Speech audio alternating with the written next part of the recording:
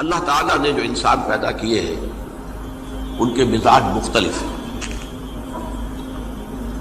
ان میں کچھ لوگ ہوتے ہیں جو قوی ہوتے ہیں ارادے کے، جو فیصلہ کر لیا ڈٹ گئے.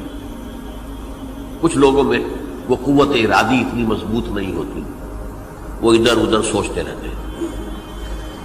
کچھ لوگ جسمانی طور پر بہت توانا ہوتے ہیں، کچھ لوگ جسمانی طور پر پیدائشی طور پر کمزور ہوتے ہیں. تو اگر کوئی قوت ارادی کمزور رکھنے والا شخص ہے، وہ بھی تو اللہ کی تخلیق ہے، اللہ کا بندہ ہے، خطاؤں کا ظہور ہو جاتا ہے، توبہ کرتا ہے، پھر کچھ عرصے کے بعد پھر خطا کا ظہور ہو جاتا ہے، پھر توبہ کرتا ہے. تو ہم تو یہ سمجھیں گے کہ ایک حد کے بعد پھر اس کی توبہ قبول نہیں ہونی چاہیے. لیکن حدیث سنیے. وعن ابی ہریرہ رضی اللہ تعالی عنہ قال قال رسول اللہ صلی اللہ علیہ وسلم ان عبدا اذنب ذنبا، یقیناً ایک بندہ جو ہے وہ ایک گناہ کرتا ہے. فقال، پھر وہ کہتا ہے رب، اے میرے پروردگار، اذنبت فاغفر لی، مجھ سے گناہ ہو گیا ہے، مجھے معاف فرما دے. فقال ربہ، تو پروردگار یہ کہتا ہے اعلم عبدی ان لہ ربا یغفر الذنب ویأخذ بہ، میرا یہ بندہ یہ جانتا ہے کہ اس کا ایک رب ہے جو گناہ معاف بھی کر سکتا ہے اور سزا دے بھی سکتا ہے. کیا مانی ہوئے؟ گناہ اس نے کیا ہے لیکن جانتا ہے اللہ کو کہ وہ معاف بھی فرما سکتا ہے، تبھی تو وہ اللہ سے معافی کی درخواست کر رہا ہے. اس کے اس جاننے کی بنیاد پر، اس کے اس علم کی بنیاد پر، اس کے اس ایمان کی بنیاد پر فرمایا غفرت لعبدی، میں نے اپنے بندے کو معاف کر دیا. ثم مکث ما شاء اللہ، پھر وقت گزرا جتنا کہ اللہ نے چاہا. ثم اذنب ذنبا، پھر اس سے گناہ ہو گیا.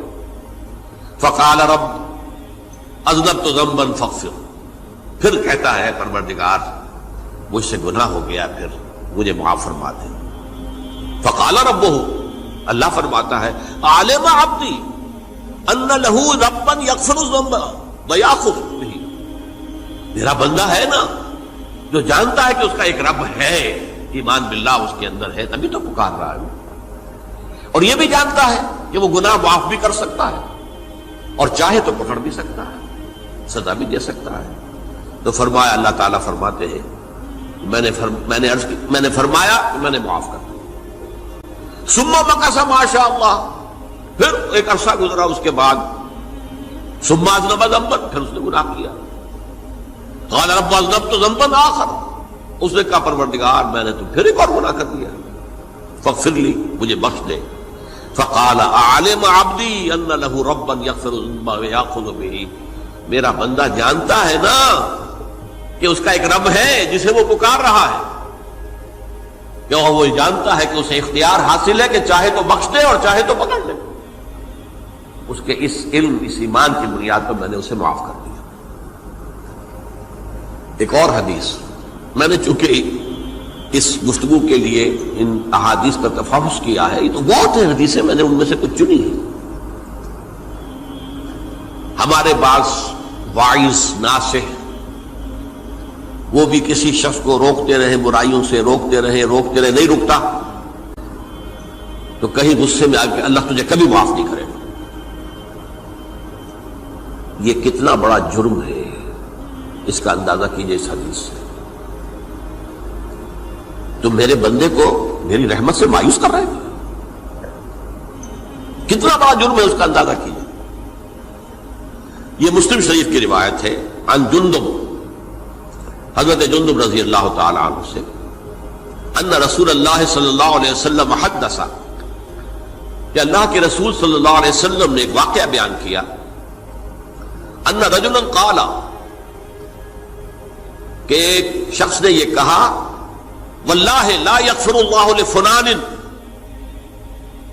کہ خدا کی قسم اللہ تعالیٰ فلاں شخص کو کبھی معاف نہیں کرے گا. وَأَنَّ اللَّهَ تَعَالَى قَالَ، اس پر اللہ تعالیٰ نے یہ فرمایا منزل نزیت اللہ علیہ، یہ کون ہے جو میرے اوپر حکومت کرنے والا آ گیا، جو میری طرف سے حکم لگا رہا کہ میں کبھی معاف نہیں کروں گا؟ منزل نزی، کون ہے وہ شخص؟ الذی اللہ علیہ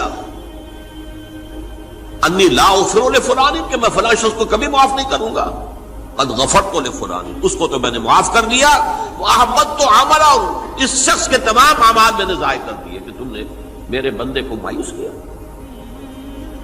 یہ ہے جرم کی انکار۔ تو توبہ کی دعوت دیتے رہو، توبہ کے لیے لوگوں کو آمادہ کرتے رہو، توبہ جو ہے اس کے لیے ترغیب دیتے رہو، اللہ تعالیٰ معاف فرمانے والا۔ اب آخری حدیث سنا رہا ہوں، یہ تو بہت ہی عجیب حدیث ہے اور متفق علیہ، یہ بخاری اور مسلم دونوں میں۔ حضرت ابو سعید الخدری رضی اللہ تعالی عنہ جو ہے وہ اس کے راوی ہیں۔ حضور نے فرمایا کانا فی من کانا قبلکم رجل قتل 99 نفسا، تم سے پہلے جو امت تھی بنی اسرائیل، گویا کہ ان کا ذکر ہے، اس میں ایک آدمی ایسا تھا جس نے 99 قتل کیے تھے۔ اب آپ اندازہ کیجئے کتنا بڑا گناہ کبیرہ ہے قتل۔ قرآن مجید میں آتا ہے وَكَأَنَّمَا قَتَلَ النَّاسَ جَمِيعًا، اگر ایک انسان کو بھی ناحق قتل کر دیا گیا تو یہ ایسی ہے گویا کہ اس نے پوری نوع انسانی کو قتل کر دیا، اس نے 99 قتل کی۔ فَهَلْ لَهُ مِن تَوْبَةٍ، پھر اس کے بعد یہ ہوا کہ اس کے اندر توبہ کا جذبہ پیدا ہوا۔ فَسَأَلَ عَنْ أَعْلَمِ أَهْلِ الْأَرْضِ، تو اس نے پھر سوال کیا، لوگوں سے پوچھا کہ زمین میں رہنے والوں میں کون سب سے بڑا عالم ہے؟ فَدُلَّ عَلَى رَاهِبٍ، تو اسے بتایا گیا فلاں راہب فلاں جگہ پر ہے، وہ بہت نیک ہے، بڑا عالم ہے۔ فَأَتَاهُ، وہ اس کے پاس آیا، فَقَالَ أَنَّهُ قَتَلَ 99 نَفْسًا فَهَلْ لَهُ مِن تَوْبَةٍ، انہوں نے کہا دیکھیے راہب صاحب، میں نے 99 انسان قتل کیے، اب مجھے یہ بتائیے کہ میرے لیے توبہ کا کوئی امکان ہے؟ فقال لا، انہوں نے کہا نہیں۔ فقتلہ، اس نے اس کو بھی قتل کر دیا۔ فکمل بہ 100، اپنی سینچری مکمل کر لی، مطلب 99 کے بعد ایک ہی کسر تھی، اس کو بھی قتل کیا، 100 پورے کر لیا۔ ثم سأل عن عالم اہل الارض، پھر اس نے پوچھا کوئی اور کوئی بڑے عالم انسان ہو۔ فدل علی رجل عالم، پھر اس کی رہنمائی کی گئی ایک بڑے عالم شخص کی طرف۔ فقال انه قتل 100 نفس، تو اس نے وہاں جا کر کہا کہ میں 100 انسان ہلاک کر چکا ہوں، قتل کر چکا ہوں۔ فهل له من توبہ، میرے لیے توبہ کا کوئی امکان ہے؟ فقال نعم، کہا کیوں نہیں، 100 قتل کیے تب بھی کیا ہے، توبہ کا راستہ دروازہ کھلا ہوا، ما لم یغرغر، جب تک کہ وہ گھنگرو نہیں بج رہا اس وقت تک تمہارے توبہ کا دروازہ کھلا ہوا ہے۔ فرمایا نعم، ومن یحول بینہ وبین التوبہ، تمہاری توبہ کے درمیان اور تمہارے درمیان کون حائل ہو سکتا ہے، توبہ کا دروازہ کھلا ہے۔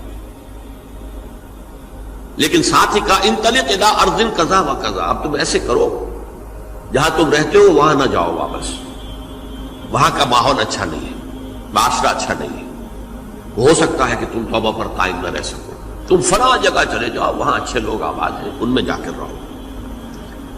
فإن بها أناسا يعبدون اللہ تعالی، وہاں ایسے لوگ آباد ہیں جو اللہ کی بندگی کرتے ہیں۔ فاعبد اللہ معهم، تو تم ان کے ساتھ مل کر اللہ کی بندگی اور پرستش کرو۔ ولا ترجع الی ارضک، اپنی زمین کی طرف اپنے وطن میں واپس نہ جاؤ۔ فإنها ارض سوء، وہ بری جگہ ہے۔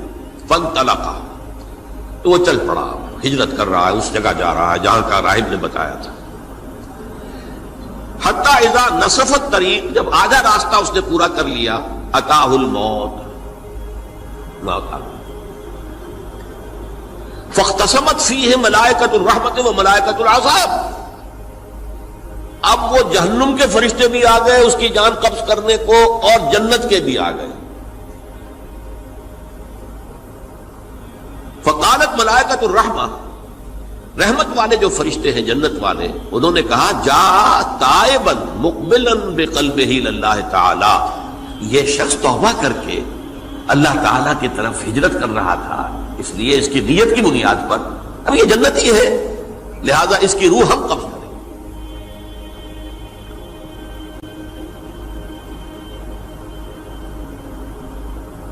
وقالت الملائکۃ العذاب، اور وہ جو عذاب والے فرشتے ہیں وہ کہیں گے انہ لم یعمل خیرا قط، تو نے توبہ کے بعد کوئی نیک عمل تو کیا ہی نہیں، تو کس بنیاد پر اس کو تم جنت میں لے جاؤ گے؟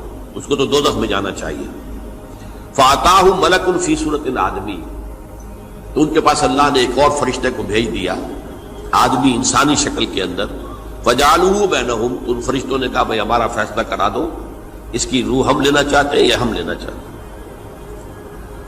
انہیں حکم بنا لیا۔ فقال قیسوا ما بین الارضین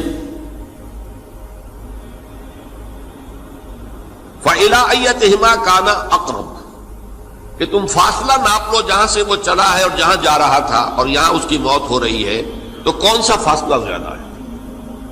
جب ناپا گیا، بلکہ ایک حدیث میں آتا ہے کہ اس پر اللہ نے زمین کو جو ہے حکم دے دیا، ایک طرف والی زمین تو سکڑ جا، دوسری والی جو ہے تو پھیل جا، تاکہ وہ جدھر جو جا رہا تھا وہ زیادہ قریب ہو جائے بنسبت اس کے کہ جہاں سے وہ چلا تھا۔ تو اس فیصلے پر پھر جو فرشتے تھے، جو کہ رحمت کے فرشتے تھے، وہ اس بندے کو لے گئے جنت کے اندر۔ یہ ہے توبہ کی عظمت اور اس کی میں مدینے چلا، میں مدینے چلا، میں مدینے چلا، میں مدینے چلا، میں مدینے چلا، میں مدینے چلا، میں مدینے چلا، پھر کرم ہو گیا، میں مدینے چلا، پھر کرم ہو گیا، میں مدینے چلا، میں مدینے چلا، میں